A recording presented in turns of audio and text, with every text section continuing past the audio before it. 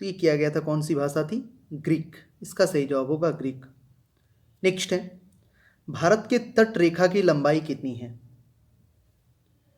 तो तट रेखा की भारत की जो टोटल लंबाई है, क्योंकि आपको पता होगा कि तीन तरफ से तो जो है वाटर पानी से ही घिरा है, इधर भी वाटर है, इधर भी है, इधर भी है, तो काफ़ी लंबा है एरिया, लेंथ इसका 15,200 किलोमीटर इसका सही जवाब होगा ऑप्शन नंबर डी। ठीक है, नेक्स्ट है, 2 के बाद 4 आ गया, 3 क्वेश्चन मिस हो गया लगता है। नागार्जुन सागर बांध भारत के किस राज्य में स्थित है? तो नागार्जुन सागर बांध जो है ये कहाँ है? कोशिश करिए खुद से, पहले हमें बताइएगा आपके कितने प्रश्न सही हुए हैं। यह है आंध्र प्रदेश में। ठीक है, क्वेश्चन नंबर 3 कहाँ गया? ये है। ठीक है, अच्छा ये तो नहीं, वो नहीं होगा। चलिए नेक्स्ट देखते हैं, उमियम झील किस राज्य में स्थित है? उमियम झील, ये झील कहाँ है? ऑलरेडी मैंने बना रखा है झील पे भी वीडियो, ज्योग्राफी के प्लेलिस्ट में जाके आप सभी टाइप के वीडियो को देख सकते हैं। ये मेघालय में है।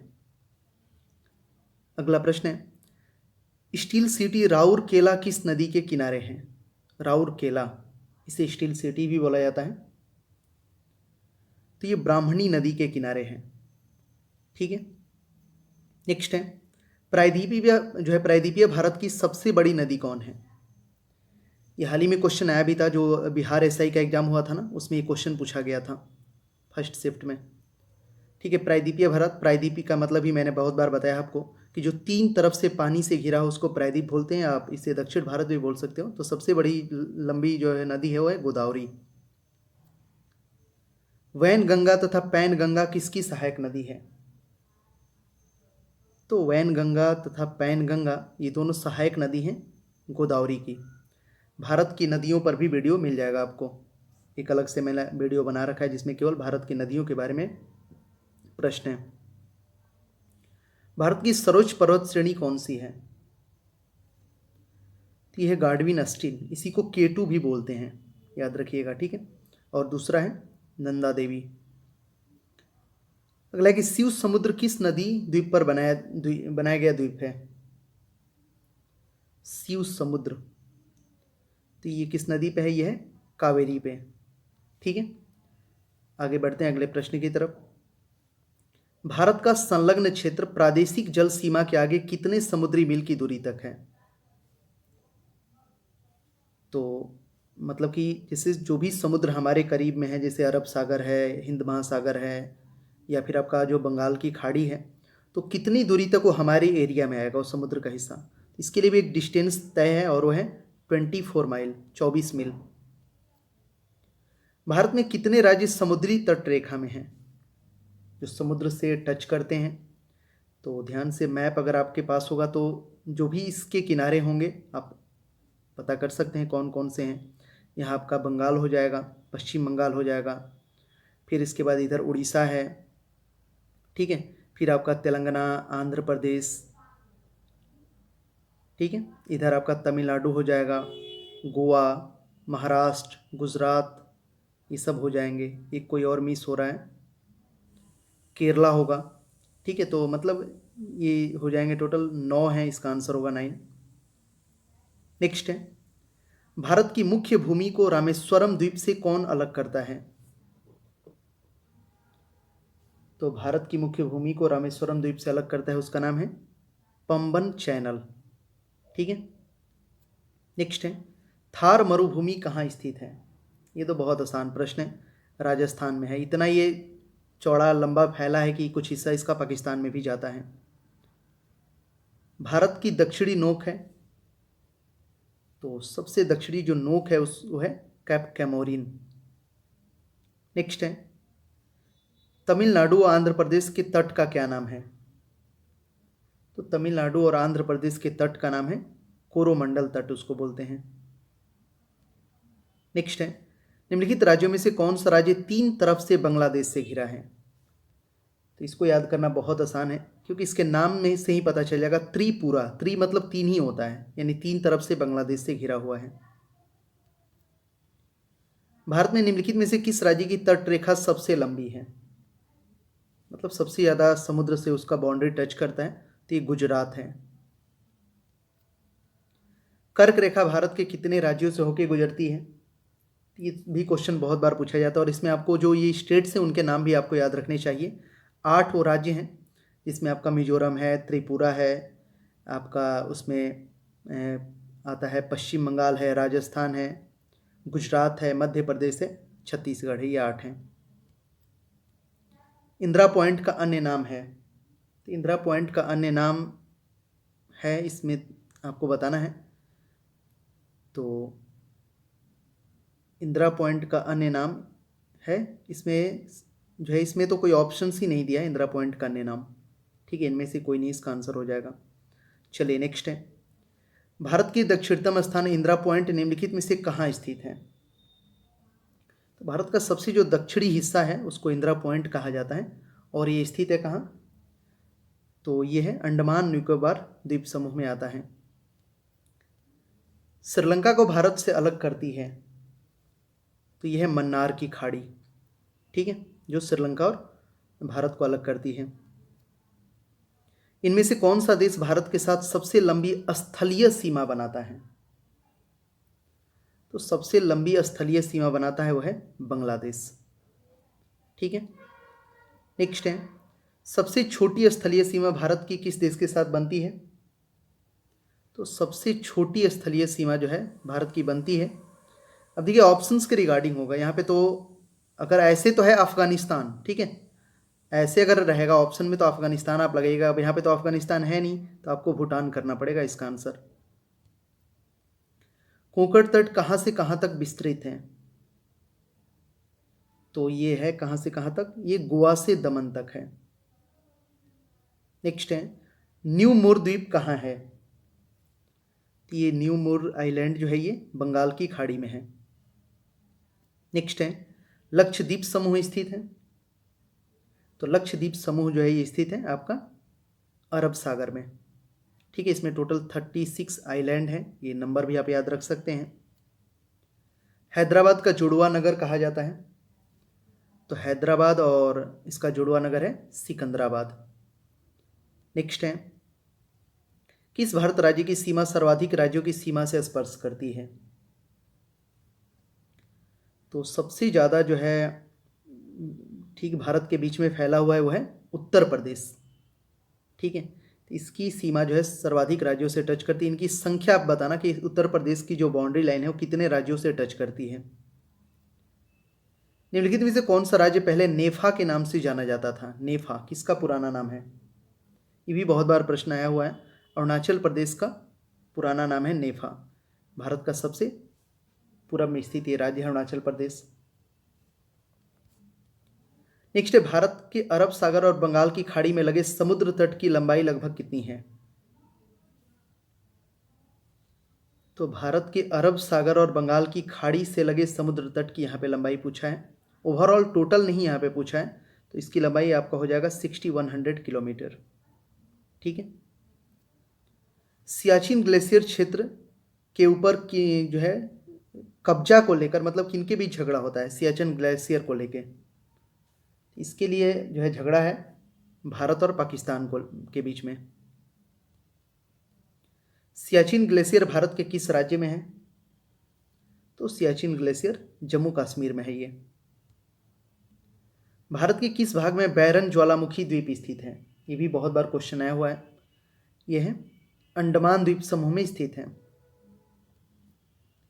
सिलवासा राजधानी है, ये तो बहुत आसान है, दादर नगर हवेली की राजधानी सिलवासा है। निम्नलिखित राज्यों में से किसकी तट रेखा सर्वाधिक है? तो ये तो क्वेश्चन पहले भी आया था, गुजरात है ये। आंध्र प्रदेश एक भाषाई राज्य रूप में गठित किया गया, ये पहला राज्य भाषा के आधार पर अलग किया गया था, ये हुआ था 1956 में। ठीक है, भारत के लिए समुद्र मार्ग की खोज का श्रेय किसे जाता है? तो सबसे पहले भारत में आए थे कौन? वास्को डिगामा आया था और वास्को डिगामा पुर्तगाली था। ठीक है, झारखंड की गोलार्ध जो है झारखंड किस गोलार्ध में स्थित है? क्वेश्चन पूछा है, झारखंड की गोलार्ध में स्थित है, इसका आंसर हो जाएगा उत्तर। ठीक है, नेक्स्ट है, भारतीय मुख्य भूभाग में कितने महासागर मिलते हैं? कितने महासागर, महासागर का बात हो रहा है, तो एक तो साउथ में ही है हिंद महासागर, वहीं हमसे जो है मिलता है, एक ही होगा इसका आंसर। मन्नार की खाड़ी किसके तट के साथ अवस्थित है? तो मन्नार की खाड़ी जो है ये स्थित है तमिलनाडु के साथ। भारत की उत्तरी सीमा पर स्थित पर्वत है, तो उत्तर में कौन है? उत्तर में हिमालय है। नेक्स्ट है, भारत में हिमालय की सर्वोच्च पर्वत चोटी है। तो हिमालय की सर्वोच्च यहाँ पे पूछा है, ठीक है, ध्यान दीजिएगा। भारत में तो कंचनजंगा है। काराकोरम पर्वत श्रेणी का पूर्व नाम क्या है? इसका पूर्व नाम, पहले का नाम, पुराना नाम, तो ये है कृष्णागिरी, इसका नाम था पहले। किस हिमालय चोटी को सागर माथा कहते हैं? तो माउंट एवरेस्ट को नेपाल में सागर माथा कहा जाता है। हिमालय पर्वत की एक श्रेणी जो है अकार्णयोयम अकारनायोमा, ये कहाँ स्थित है? नाम से ही आप समझ सकते हैं ये भारत में तो होगा नहीं, पक्का है। ये स्थित है म्यांमार में। नेक्स्ट है, उत्तराखंड का सबसे ऊंचा पर्वत शिखर है। तो उत्तराखंड में सबसे ऊंचा है, तो उत्तराखंड में सबसे ऊंचा नंदा देवी। हिमालय का दूसरा सबसे ऊंचा पर्वत शिखर कंचनजंगा भारत के किस राज्य में स्थित है? कंचनजंगा, तो कंचनजंगा जो है ये सिक्किम में स्थित है। अरावली पर्वत का सर्वोच्च शिखर क्या कहलाता है? तो इसको बोला जाता है गुरु शिखर, अरावली पर्वत का सर्वोच्च शिखर है। प्रायद्वीपीय भारत का उच्चतम पर्वत चोटी है। प्रायद्वीपीय भारत मतलब आप इसको दक्षिण भारत भी बोल सकते हो, तो इसका जो है सर्वोच्च उच्चतम चोटी है वो है अनाईमोडी, ठीक है। नेक्स्ट है, भारत के सबसे दक्षिण भाग में स्थित पहाड़ियां निम्न में से कौन सा है? तो भारत के सबसे दक्षिण भाग में स्थित पहाड़ी कौन है, इसमें बताना है। सबसे दक्षिण भाग में स्थित वो है कार्डेमम, ये इसका आंसर होगा। कार्डेमम पहाड़ी जो है ये स्थित है, तो ये है केरला में। गारो खासी पहाड़ियाँ कहाँ स्थित हैं? ये क्वेश्चन बहुत बार पूछा गया है। ये जनजातियाँ भी होती हैं मेघालय की, इसी पहाड़ियों पर बसती हैं। छोटा नागपुर पठार की सबसे ऊंची पर्वत चोटी है। छोटा नागपुर पठार जो झारखंड, दक्षिणी बिहार और झारखंड में ये आता है पोर्शन पूरा, ये पारसनाथ इसकी सबसे ऊंची चोटी है। निम्नलिखित में से किस राज्य सबरीमाला स्थित है? सबरीमाला मंदिर बहुत ज़्यादा चर्चा में रहता है। ये स्थित है केरल में। गुरु शिखर चोटी किस राज्य में स्थित है? तो गुरु शिखर ये राजस्थान में है। सेवराय पहाड़ियाँ कहाँ स्थित है? तो ये तमिलनाडु में स्थित है सेवराय पहाड़ियाँ। अंडमान और निकोबार द्वीप समूह में सबसे अधिक ऊंचाई वाली चोटी कौन है? तो सैडल पीक जो है ये सबसे अधिक ऊंचाई वाली चोटी है अंडमान निकोबार द्वीप समूह में। आर्यों ने भारत की किस दर्रे से होकर प्रवेश किया था? उस दर्रे का नाम बताना है। तो ये दर्रा है खैबर, इसी दर्रे से आर्य जो है भारत में आए थे। नेक्स्ट है, अगला है कि तुजू दर्रा भारत के की जो है भारत को किस देश से जोड़ता है? ये दर्रा है कि एक गैप है, तुजू दर्रा इसका नाम है। तो ये भारत को म्यांमार से जोड़ता है। जम्मू ने श्रीनगर का मार्ग किस दर्रे से होकर गुजरती है? जम्मू से श्रीनगर का जो मार्ग है, तो ये जो है बनिहाल दर्रा से होकर जाता है। खैबर दर्रा कहाँ है? तो खैबर दर्रा जो है ये पाकिस्तान में स्थित है। नेक्स्ट है, गंगा नदी को बांग्लादेश में किस नाम से जाना जाता है? वेरी वेरी इंपॉर्टेंट, बहुत बार ये क्वेश्चन पूछा गया है।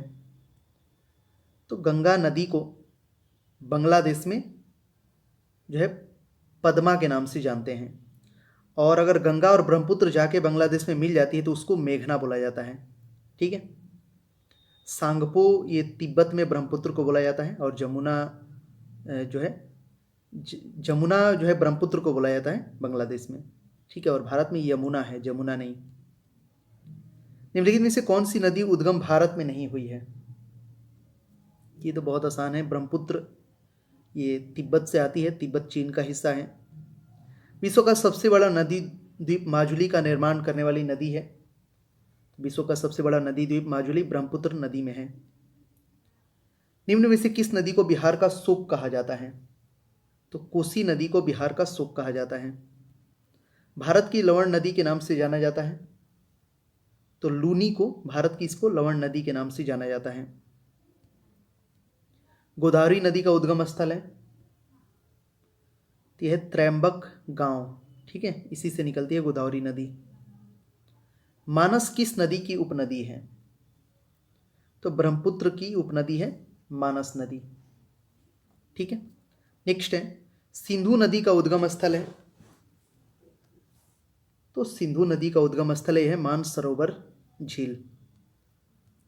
भारत में सबसे ऊंचा ज्वारीय ज्वार भीति वाली नदी कौन सी है? तो यह हुगली नदी सबसे ऊंची ज्वारीय ज्वार भीति नदी है। भारत में सबसे बड़ा नदी मुख किस नदी के मुख पर है? सबसे बड़ा नदमुख जो है ये हुगली नदी के मुख पर है। भागीरथी नदी निकलती है? ये निकलती है गौमुख से। ठीक है, ये गंगा का हिस्सा है। सिंधु नदी की एक सहायक नदी जो हिमालय प्रदेश से होकर बहती है वह है? तो सिंधु नदी की सहायक नदी है सतलज, जो हिमालय प्रदेश से होकर बहती है। ठीक है, नेक्स्ट है गंगा यमुना और अदृश्य सरस्वती के संगम पर स्थित नगर कौन सा है? तो गंगा यमुना और सरस्वती जिसको तीनों ये मिलता है वो है जगह इलाहाबाद। अब इसी का नया नाम चेंज हो गया है प्रयागराज। ठीक है, चलिए नेक्स्ट है जम्मू कश्मीर की राजधानी श्रीनगर किस नदी के तट पर स्थित है? तो ये झेलम नदी के किनारे है श्रीनगर। नासिक किस नदी के तट पर स्थित है? तो नासिक जो है गोदावरी नदी के तट पर स्थित है। गंगा नदी के किनारे स्थित सबसे बड़ा शहर है? तो गंगा नदी के किनारे स्थित सबसे बड़ा शहर वो है कानपुर। ठीक है, जो यूपी में है, यूपी का सबसे प्रदूषित शहर। कावेरी नदी के तट पर कौन सा शहर स्थित है? तो यह तिरुचिरापल्ली जो है कावेरी नदी के तट पर स्थित एक शहर है। ठीक है, भारत का सबसे लंबा बांध कौन सा है? पूछा है यहाँ पे लंबा बांध। लंबा और ऊंचा दोनों, ऊंचा पूछेगा तो टिहरी, लंबा पूछेगा तो हीराकुंड बांध। रानी लक्ष्मीबाई बांध कहाँ स्थित है? तो ये बेतवा नदी के ऊपर है। ठीक है, बेतवा नदी के ऊपर। हीराकुंड बांध किस नदी पर स्थित है? जो सबसे लंबा बांध है ये महानदी पर है, उड़ीसा में। मेटूर बांध किस नदी पर बांधा गया है? तो ये कावेरी नदी पर है मेटूर बांध। लोनार झील किस राज्य में स्थित है? ये भी क्वेश्चन बहुत बार पूछा गया है। महाराष्ट्र में स्थित है ये लोनार झील। भारत में विशालतम लैगून निम्न में से कौन सा है? लैगून झील होता है एक तरह का ये, तो यह चिल्का लैगून सबसे बड़ा लैगून है ये। प्रसिद्ध झील भारत की, तो प्रसिद्ध झील यहाँ पे पूछा है, चिल्का झील इसका आंसर होगा। ऐसे सब प्रसिद्धि हैं। क्वेश्चंस कुछ इनकम्प्लीट हमें लग रहा है। यहाँ पे क्वेश्चन ये पूछा जा सकता है कि सबसे बड़ी खारे पानी की झील, कुछ ऐसा करके, तो चिल्का झील ये हो जाएगा। डल झील, इसको कश्मीर का जान बोलते हैं। नागिन झील किस राज्य में स्थित है? ये तो बहुत आसान हो जाएगा, जम्मू कश्मीर में। जब भी नाग नागिन की बात आएगी तो इस तरह की सभी झीलें जम्मू कश्मीर में हैं। ताल जिस झील के लास्ट में आएगा वो सभी झीलें उत्तराखंड में हैं। ठीक है, भारत में सबसे ऊंचा जलप्रपात कौन सा है? यहाँ पे बिहार क्यों लिखा है, गलत है ये। भारत में सबसे ऊंचा जलप्रपात कौन सा है? तो ये जोग जलप्रपात है सबसे ऊंचा। धुआंधार जलप्रपात किस नदी पर स्थित है? तो धुआंधार जलप्रपात जो है ये नर्मदा नदी पर स्थित है। ये भी क्वेश्चन बहुत बार पूछा गया है। अगला कि गोकक जलप्रपात किस नदी पर स्थित है? गोकक, तो देखिए गोकक जलप्रपात जो है गोकक नदी पर ही है, तो इसको याद करना बहुत आसान होगा। एशिया का सबसे बड़ा जलप्रपात हुंडरू किस जगह पे है? हुंडरू एशिया का सबसे बड़ा जलप्रपात इसे माना जाता है, हुंडरू जलप्रपात। ये रांची में है, ठीक है। महात्मा गांधी जल विद्युत उत्पादन प्लांट कहाँ स्थित है? ये जोग प्रपात पे ही है। नेक्स्ट है, पेरियार जल विद्युत परियोजना किस नदी पे है? पेरियार नदी भी है केरल में, जल विद्युत परियोजना वहीं पे है। सरदार सरोवर परियोजना किस नदी पर चल रही है? इसी के किनारे जो है बना है स्टैचू ऑफ यूनिटी, नर्मदा नदी पे।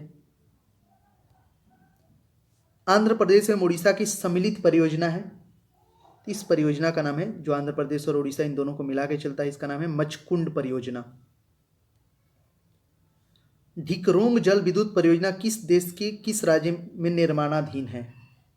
ढिकरोंग जल विद्युत परियोजना देश के किस राज्य में निर्माणाधीन है? तो यह है अरुणाचल प्रदेश में। तुलबुल परियोजना किस नदी पर निर्मित है? यह भी बहुत इंपॉर्टेंट क्वेश्चन है, वेरी वेरी इंपॉर्टेंट। तुलबुल, तो ये परियोजना जो है झेलम नदी पर है। गिरना परियोजना कहाँ स्थित है? गिरना, ये महाराष्ट्र में है गिरना परियोजना। हीराकुंड परियोजना किस नदी के जल प्रवाह को नियंत्रण करती है? ये तो अभी मैंने बताया ना, हीराकुंड संबंधित है महानदी से।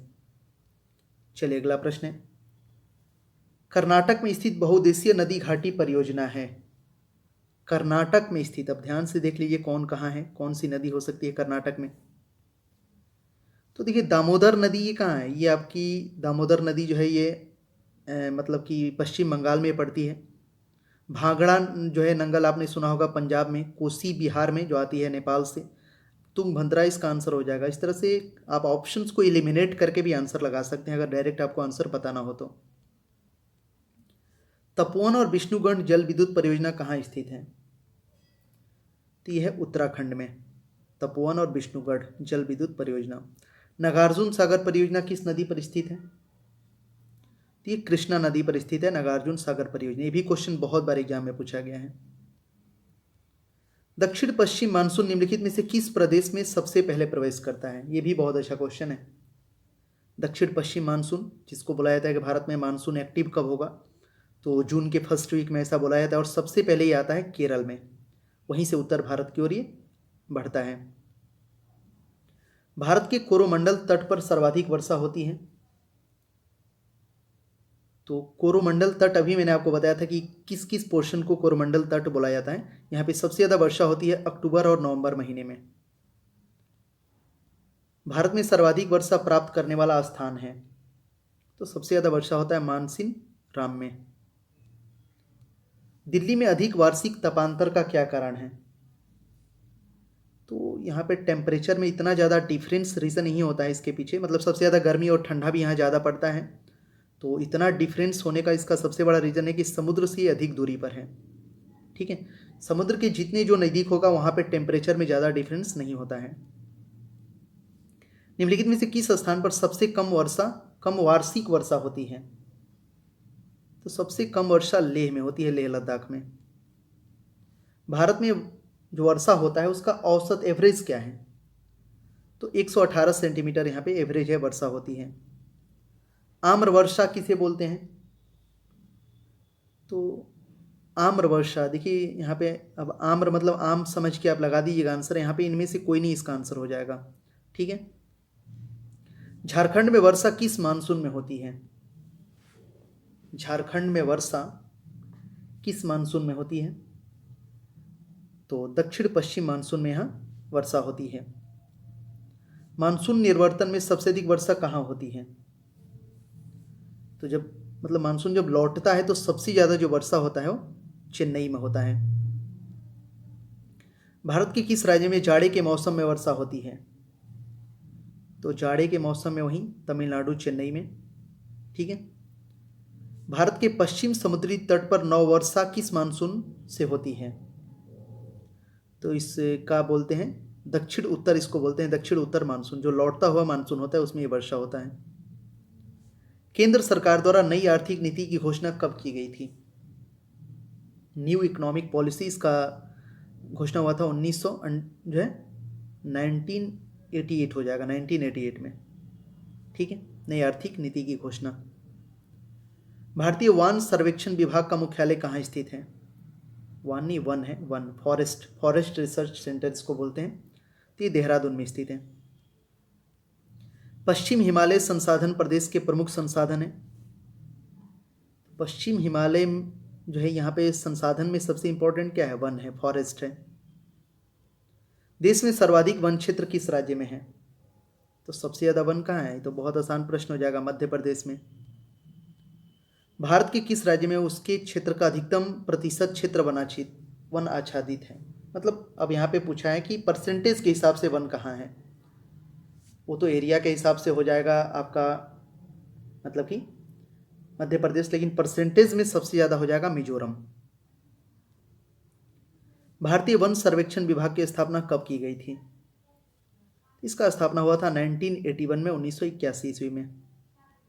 चलिए अगला प्रश्न, इसका आंसर करिए। नीलगिरी पहाड़ियों में पेड़ की सामान्य जाति है? कौन सी पहाड़ मतलब पेड़ हैं नीलगिरी पहाड़ियों में ज़्यादातर? तो सागौन के पेड़ ज़्यादा होते हैं। भारत के निम्न राज्यों में से किसमें सागौन का वन पाया जाता है? तो सागौन का वन सबसे ज़्यादा जो है पाया जाता है मध्य प्रदेश में। देश के सर्वाधिक क्षेत्रफल पर किस प्रकार के वन पाए जाते हैं? तो हमारे यहाँ जो ज़्यादातर भारत में वन पाए जाते हैं वो है उष्ण पतझड़ वन, ये होते हैं। ठीक है, उष्ण आर्द्र पतझड़ वन इसको बोलते हैं। भारत में मैंग्रोव वनस्पति का सर्वाधिक विस्तार किस राज्य में पाया जाता है? तो मैंग्रोव जो है ये वनस्पति जो है सबसे ज़्यादा पश्चिम बंगाल में पाए जाते हैं। भारत में चंदन की लकड़ी का वन सबसे अधिक कहाँ पाए जाते हैं? तो नीलगिरी पहाड़ियों में चंदन के लकड़ी के वन सबसे ज़्यादा पाए जाते हैं। फूलों की घाटी स्थित है, तो एक डिस्ट्रिक्ट है उत्तराखंड में चमोली, उसी को बोलते हैं फूलों की घाटी। वह राज्य जहाँ सुल्तानपुर बिहार पक्षी स्थित है, सुल्तानपुर बिहार पक्षी स्थित है ये हरियाणा में। ठीक है, भारत में चंदन की लकड़ी के लिए प्रसिद्ध राज्य है, तो फेमस है कर्नाटक चंदन की लकड़ी के लिए। दुधवा राष्ट्रीय उद्यान कहाँ स्थित है? क्वेश्चन बहुत बार एग्जाम में पूछा गया है। दुधवा राष्ट्रीय उद्यान स्थित है उत्तर प्रदेश में। विश्व का एकमात्र प्लावी राष्ट्रीय पार्क स्थित है। प्लावी मतलब वो जैसे ना पानी के ऊपर वो राष्ट्रीय पार्क है, मणिपुर में है ये। चलिए नेक्स्ट इसका आंसर करिए। नेशनल पार्क पे भी अलग से मैंने वीडियो बना रखा है, मतलब ज्योग्राफी में अलग अलग टॉपिक पे अलग अलग वीडियो हैं। ज्योग्राफी के प्लेलिस्ट में जाके वीडियो को जरूर देखें। काजीरंगा किसके लिए जाना जाता है? तो ये फेमस है गैंडों के लिए। नल सरोवर पक्षी अभयारण्य किस राज्य में स्थित है? नल सरोवर पक्षी अभयारण्य ये गुजरात में स्थित है। अभयारण्य राइनो के लिए जाना जाता है, राइनोसोरस, तो ये जाना जाता है काजीरंगा राइनो के लिए। डंफा वन्यजीव अभयारण्य स्थित है, तो डंफा वन्यजीव अभयारण्य स्थित है मिजोरम में। नेक्स्ट है, राजाजी राष्ट्रीय पार्क एक प्राकृतिक आवास है, तो ये कहाँ है आप हमें बताना। यहाँ पे ज़्यादातर होते हैं एशियाई हाथी, राजाजी राष्ट्रीय पार्क। भारत का राष्ट्रीय उद्यान कौन सा है? राष्ट्रीय उद्यान ये तो आपको पता होगा, राष्ट्रीय झंडा, राष्ट्रीय फल, राष्ट्रीय सब कुछ होता है ना, तो ऐसे ही एक यह राष्ट्रीय उद्यान ये है कॉर्बेट राष्ट्रीय उद्यान।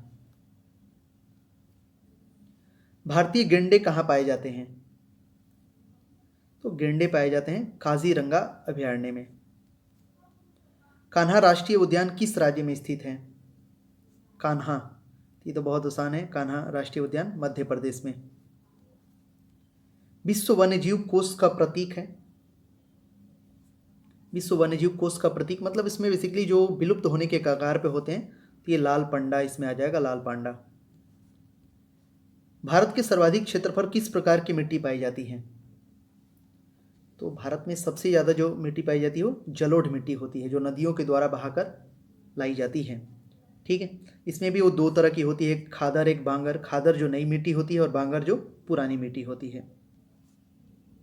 नवीन जलोढ़ मिट्टी को अन्य किस नाम से जाना जाता है? देखिए क्वेश्चन आ ही गया, नवीन नई के बात हो रहा है तो खादर, पुराना पूछेगा तो बांगर। ठीक है, और रेगुड़ मिट्टी, ये लाल मिट्टी को ही बोला जाता है। किसी मिट्टी में लोहे और एल्युमिनियम की ग्रंथियाँ पाई जाती हैं। लोहा और एल्युमिनियम जिस मिट्टी में ज़्यादा है वो किस तरह का मिट्टी होता है? वो होता है लैटराइट मिट्टी। धान की खेती के लिए सर्वाधिक आदर्श मिट्टी कौन सी है? तो धान की खेती जब सबसे ज़्यादा जो है वो जलोढ़ मिट्टी में ही होती है। इसीलिए नदियों के किनारे के आसपास के जो क्षेत्र होते हैं वहाँ पे धान की फसल काफ़ी अच्छी होती है। रेगुड़ मिट्टी सबसे ज़्यादा है, तो रेगुड़ मिट्टी ये सबसे ज़्यादा महाराष्ट्र में है, इसी को काली मिट्टी भी बोलते हैं।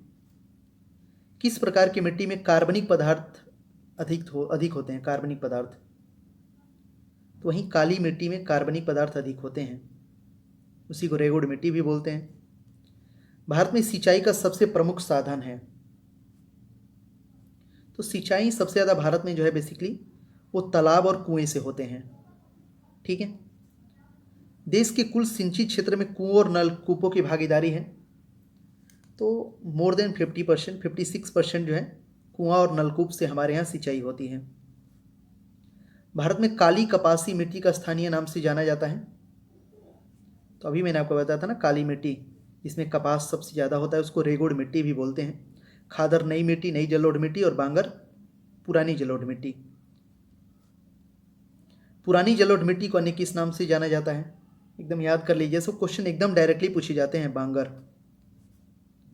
कपास की खेती के लिए सर्वोत्तम मतलब सबसे बेस्ट मिट्टी कौन सी है? तो एकदम याद कर लीजिए, काली मिट्टी, महाराष्ट्र में सबसे ज़्यादा होता है। भारत के समस्त स्थल भाग का कितना प्रतिशत जलोढ़ मिट्टी ढका हुआ है? और ये भारत में सबसे ज़्यादा है भी, तो 24%। गंगा के मैदानी की पुरानी कछारी मिट्टी कहलाती है। पुरानी मिट्टी, फिर बाद आ गया तो पुरानी बांगर, नई खादर। तराई होता है जो हिमालय के आसपास की जो मिट्टी है उसको तराई बोलते हैं। काली मिट्टी का विस्तार पाया जाता है, तो काली मिट्टी ज़्यादातर महाराष्ट्र में है, लेकिन उसके इलाके में और जो उससे सटे राज्य हैं उन सब में है। मतलब महाराष्ट्र, मध्य प्रदेश, गुजरात, इनमें सभी हो जाएगा ये, क्योंकि एक समय था कि तीनों एक ही राज्य थे और जब अलग हुए तो 3 अलग अलग राज्य बने थे। बुक्स बाघ परियोजना भारत के किस राज्य में स्थित है? बुक्स बाघ परियोजना ये स्थित है पश्चिम बंगाल में। नेक्स्ट है, देश के कुल सिंचित क्षेत्र में तालाब सिंचाई की भागीदारी कितनी है? तालाब से, तो तालाब से केवल 6% की सिंचाई होती है भारत में। इंदिरा गांधी नहर निकलती है जो भारत की सबसे लंबी नहर है, ये निकलती है हरिके बांध से। भारत की सबसे लंबी सिंचाई नहर है, तो अभी तो मैंने आपको बताया था ना, इंदिरा गांधी नहर। ठीक है। राजस्थान नहर का नया नाम है, तो इसी को बोला जाता है इंदिरा गांधी नहर। राजस्थान नहर का नया नाम है। शांति घाटी स्थित है, साइलेंट वैली, इंग्लिश में समझ जाएंगे तो आसान हो जाएगा, केरला में है साइलेंट वैली। निम्नलिखित में से किस राज्य में प्रत्यवर्ती मानसून का अधिक प्रभाव होता है? मतलब लौटते हुए मानसून का सबसे अधिक प्रभाव जो है वहीं तमिलनाडु में होता है, इसीलिए जाड़े के दिनों में चेन्नई, तमिलनाडु में वर्षा होती है। नगदी फसल में सम्मिलित नहीं है, अब ये बताना है, तो नहीं है वो है गेहूं, क्योंकि गेहूं रबी फसल है। खरीफ, रबी और एक नगदी होता है। खरीफ में धान हो जाएगा और रबी में आपका गेहूं, चना, ये जो दलहन वगैरह होते हैं, और नगदी ये है गन्ना है, कपास है, जूट है, क्योंकि खेत में ही बिक जाते हैं, इसीलिए इन्हें नगद बोलते हैं। नगद नहीं बिक जाता है ये। अब गेहूं है कि गेहूं को की फसल की कटाई करो, फिर उससे गेहूं निकालो, तब वो उसका यूज़ होता है। पवन ऊर्जा के उत्पादन में भारत का विश्व में कौन सा स्थान है? विंड एनर्जी में भारत का 5वां स्थान है। केंद्रीय जल एवं विद्युत शोध केंद्र कहाँ स्थित है? तो ये खड़गवासला में, ये पुणे में है खड़गवासला। निम्नलिखित में से कौन सी भारत में रबी फसल नहीं है? रबी नहीं है यहाँ पे, ये पूछ रहा है। तो गेहूं, जौ, रेपसीड ये सब तो रबी फसल है। जूट जो है ये आपके नगदी फसल में आ जाता है। भारत की प्रमुख खाद्य फसल है, सबसे ज़्यादा भारत में जो है तो खाद्य फसल में चावल है। भारत का सर्वाधिक खाद्यान्न उत्पादन करने वाला राज्य है, सबसे ज़्यादा वहाँ से खाद्यान्न उत्पादन होता है, तो वो है उत्तर प्रदेश। सब चीज़ में सब खाद्यान्न यहाँ पे सबसे ज़्यादा होता है उत्पादन। मतलब खाद्यान्न कहने का मतलब है कि धान गेहूँ ये सब ज़्यादा होता है यहाँ पे। किस राज्य को भारत का धान्य भंडार के रूप में जाना जाता है? तो धान्य भंडार का मतलब होता है कि कम एरिया में ज़्यादा फसल का उत्पादन, और ये होता है पंजाब में। मध्य प्रदेश विवशलतम उत्पादक है। मध्य प्रदेश में ज़्यादातर क्या होता है, ये क्वेश्चन है। तो मध्य प्रदेश में सबसे ज़्यादा जो है ये दलहन होता है, दाल वगैरह का फसल होता है। भारत में विद्युत आपूर्ति सबसे पहले कहाँ शुरू हुई थी? तो सबसे पहले जो है इलेक्ट्रिसिटी भारत में स्टार्ट हुआ है दार्जिलिंग में। भारत का प्रथम परमाणु ऊर्जा केंद्र कौन सा है?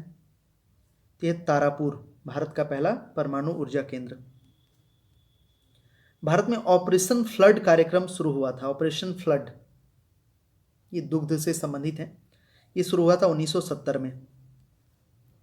भारत में दूध उत्पादक में अग्रणी राज्य है। सबसे ज़्यादा दूध का उत्पादन भारत में कहाँ होता है, ये क्वेश्चन पूछा है। तो उत्तर प्रदेश में होता है, क्योंकि उत्तर प्रदेश में सबसे ज़्यादा पशु भी हैं। पशु कहने का मतलब गाय भैंस और गाय वगैरह। निम्नलिखित में से कौन कृषि से संबंधित नहीं है? तो देखिए, हरित क्रांति ये फसल में अचानक से उसको बढ़ाने के लिए किया गया था ये, तो ये तो उससे संबंधित है। श्वेत क्रांति भी कृषि से ही संबंधित है, दूध वगैरह का उत्पादन में। पीली क्रांति ये आपका तिलहन वगैरह हो गया। यहाँ पे जो कृष्ण क्रांति है ना, पेट्रोल के उत्पादन को है, ठीक है, तो ये कृषि से संबंधित नहीं है। गुलाबी क्रांति किससे संबंधित है? तो गुलाबी ये झींगा जो मछली होती है उसके उत्पादन से संबंधित है। भारत में सबसे अधिक कॉफी उत्पादन करने वाला राज्य, कॉफी, तो ये होता है कर्नाटक में सबसे ज्यादा भारत में कॉफी। शुष्क भूमि के लिए सर्वाधिक उचित फसल कौन सा है? शुष्क भूमि में सबसे ज्यादा जो है ये मूंगफली होता है। भूतापीय ऊर्जा पर आधारित मानकीकरण बिजली संयंत्र किस राज्य में स्थित है?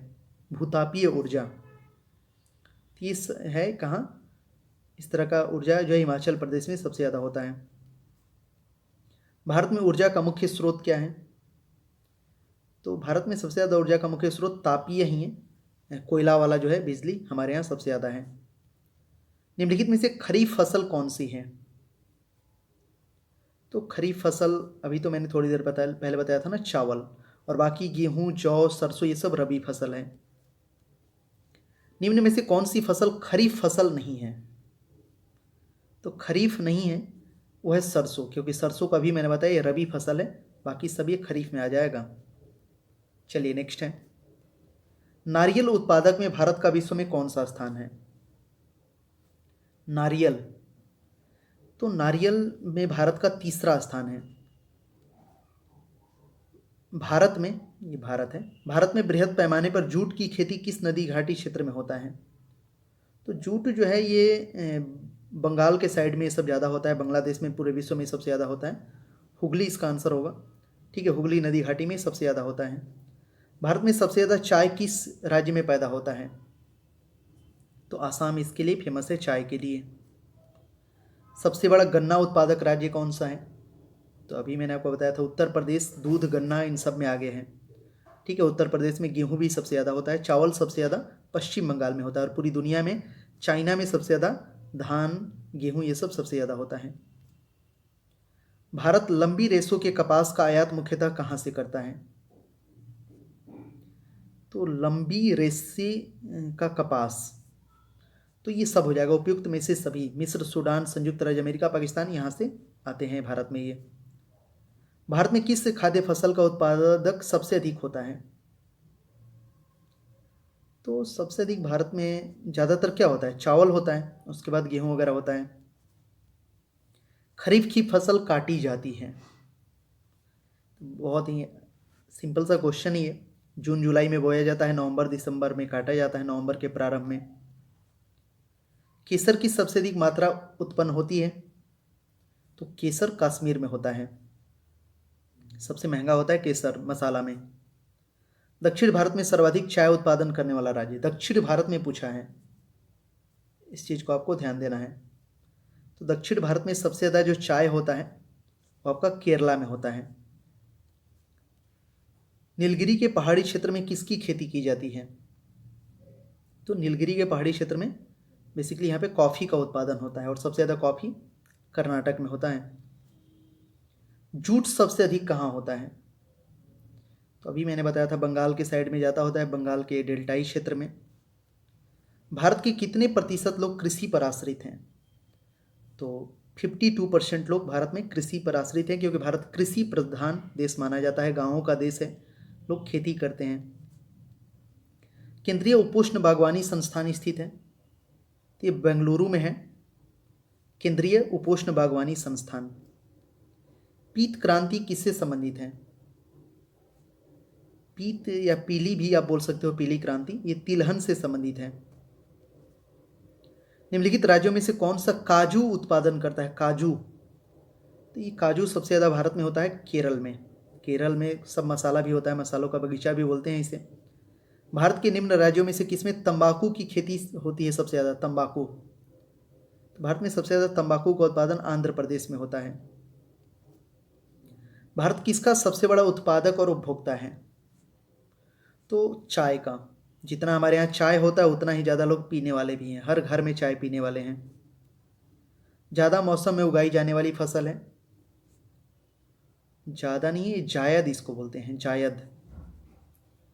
जो एकदम गर्मी का दिन नहीं होता है, मई जून महीने जो होते हैं, अप्रैल मई जून में, तो इसमें तरबूज वगैरह होता है ज़्यादा। भारत के किस राज्य को चीनी का कटोरा कहा जाता है? चीनी का कटोरा मतलब जहाँ चीनी ज़्यादा होगा, और चीनी वहीं ज़्यादा होगा जहाँ गन्ना होगा, यानी उत्तर प्रदेश। भारत में दूसरा सबसे बड़ा राष्ट्रीय राजमार्ग कौन सा है? दूसरा पूछा है यहाँ पे, तो दूसरा है वो है NH6। NH6 है ये, नेशनल हाईवे। और पहला सबसे बड़ा राष्ट्रीय राजमार्ग कौन है, आप हमें कमेंट सेक्शन में बताना। विश्व में भारतीय रेलवे नेटवर्क की स्थिति क्या है? पूरे विश्व में पूछा है यहाँ पे, तो एशिया में तो आपका पहला हो जाएगा, ठीक है। पूरे विश्व में पूछा है तो विश्व में हम लोगों का चौथा नंबर पे हो जाएगा। नेक्स्ट है, भारत में प्रथम रेलवे लाइन किसके शासनकाल में बिछाई गई थी? तो ये था उस समय लॉर्ड डलहौजी। इतिहास में मैंने आपको बहुत बार बताया है। भारतीय रेलवे की कुल मार्ग की लंबाई कितना, मतलब वो इलेक्ट्रिसिटी वाला हुआ है विद्युतीकृत, तो अभी विद्युतीकृत केवल 30% ही हुआ है। रेलवे के नवगठित जोन उत्तर पश्चिम रेलवे का मुख्यालय कहाँ है? उत्तर पश्चिम रेलवे का मुख्यालय, ये सब तो आपको याद होना चाहिए अगर रेलवे एग्जाम का प्रिपरेशन कर रहे हैं तो। उत्तर पश्चिम जयपुर हो जाएगा। रेल पथ के ब्रॉड गेज जो सबसे चौड़ी जो होती है उसकी लंबाई यहाँ पे पूछा है, तो ये होता है 1.67 मीटर। पहिए और एक्सिल बनाने वाली रेलवे यूनिट कहाँ स्थित है? पहिए और एक्सिल बनाने वाली रेलवे यूनिट स्थित है बेंगलुरु में। चमड़ा उद्योग में पौधों से प्राप्त होने वाली चीज का प्रयोग किया जाता है, तो टैनिन। चमड़ा उद्योग में पौधों से प्राप्त होने वाली चीज है टैनिन, इसका यूज करते हैं। झारखंड में Tata iron and steel company की स्थापना कब हुई थी? इसी को टिस्को बोलते हैं, Tata iron and steel company. इसका स्थापना हुआ था 1907 में। कोलार स्वर्ण खदान किस राज्य में है? कोलार, यहाँ से सोना वगैरह निकलता है, कर्नाटक में है ये। टंगस्टन उत्पादन के लिए प्रसिद्ध डेगाना खान किस राज्य में स्थित है? तो टंगस्टन के लिए जो ये डेगाना खान है ये राजस्थान में स्थित है। चलिए अगला प्रश्न है, भारत का सर्वाधिक जस्ता उत्पादक जिंक यानी जस्ता उत्पादक राज्य कौन सा है? तो जस्ता भारत में सबसे ज़्यादा ये राजस्थान में ही होता है, जस्ता तांबा ये सब। भारत में सर्वोत्तम श्रेणी का संगमरमर किस स्थान में पाया जाता है? तो ये तो बहुत आसान है, याद भी रख सकते हैं। सबसे सर्वोत्तम श्रेणी का संगमरमर से ही ताजमहल बना है और ये सब मकराना से आया था, राजस्थान में है। पलामू एवं लोहरदगा निम्नलिखित में से किस खनिज के लिए फेमस है? तो पलामू और लोहरदगा जो है ये फेमस है किसके लिए? बक्साइड के लिए फेमस है। देश में कुल कोयला उत्पादक में भागीदारी है, कोयला का उत्पादन जो है यहाँ पे सबसे ज़्यादा होता है 40%। भारत में सर्वाधिक लोहा उत्पादक करने वाला राज्य, तो लोहा सबसे ज़्यादा भारत में उड़ीसा में उत्पादन होता है इसका। झारखंड में कोयला की खानें स्थित हैं? तो कोयला सबसे ज़्यादा झारखंड में झरिया में है। भारत में सर्वाधिक 1774 ईस्वी में कोयला का उत्खनन किस स्थान पर किया गया था? तो उस समय ये किया गया था रानीगंज से। छोटा नागपुर का पठार जिस संसाधन में समृद्ध है वह है, जो झारखंड के हिस्से में है अब आजकल, खनिज के लिए बहुत फेमस है ये। निम्नलिखित में से किस स्थान पर लौह इस्पात उद्योग नहीं है? तो लौह इस्पात उद्योग नहीं है, वह लोहा नहीं निकलता है। झरिया से यहाँ से आपका कोयला निकलता है, बाकी जमशेदपुर, दुर्गापुर, टाटानगर ये सब लौह इस्पात स्टील के लिए फेमस है। केंद्रीय चर्म अनुसंधान संस्थान स्थित है, तो ये चमड़ा वाला चेन्नई में स्थित है। चलिए अगला प्रश्न, इसका आंसर करिए। सिरसा द्वारा निर्मित जीटी रोड पंजाब को किसके साथ जोड़ती है? तो जीटी रोड काफ़ी लंबा है, ये पंजाब से बंगाल तक ये फैला हुआ है, पूर्वी बंगाल। भारत का सबसे लंबा राष्ट्रीय राजमार्ग कौन सा है?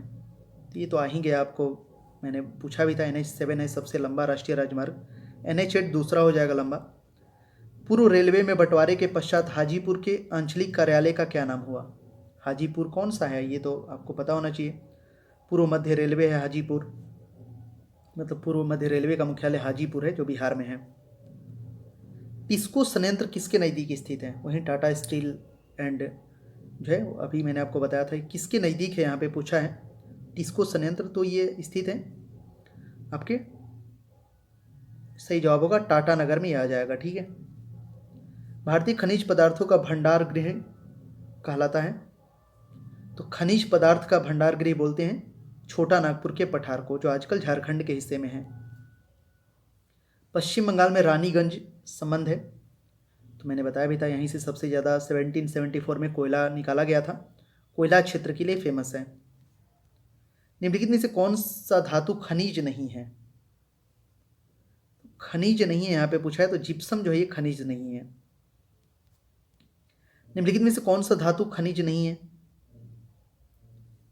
तो फिर वही क्वेश्चन आ गया, तो जिप्सम। दुर्गापुर लौह इस्पात संयंत्र किस देश के सहयोग से स्थापित किया गया था? इस तरह के क्वेश्चन आते हैं, याद रखिए, very very important question. Durgapur जब भी पूछेगा लौह संयंत्र, तो ये ब्रिटेन के मदद से भारत में लगाया गया था। ठीक है। और जब भिलाई संयंत्र पूछेगा किसकी मदद से लगाया गया था, तो भिलाई जो है रूस की मदद से भारत में लगाया गया था। ये सब क्वेश्चन पूछे गए हैं बहुत बार। भारत में प्रथम सीमेंट संयंत्र किस वर्ष स्थापित किया गया था? तो 1904 में लगा था सीमेंट संयंत्र। भारत में खनिज तेल का उत्पादक सबसे पहले कहाँ किया गया था? खनिज तेल सबसे पहले तो ये डिगबोई में किया गया था, जो आसाम में है। भारत में प्रथम उर्वरक संयंत्र किस वर्ष स्थापित किया गया था? उर्वरक संयंत्र यहाँ पे पूछा है, तो ये किया गया था 1906 में, 1906 में।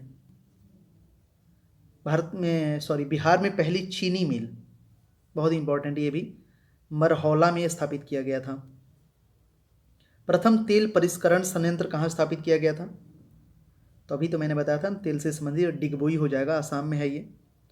निम्नलिखित में से कौन सी जगह रेल सामग्री नहीं बनाई जाती है?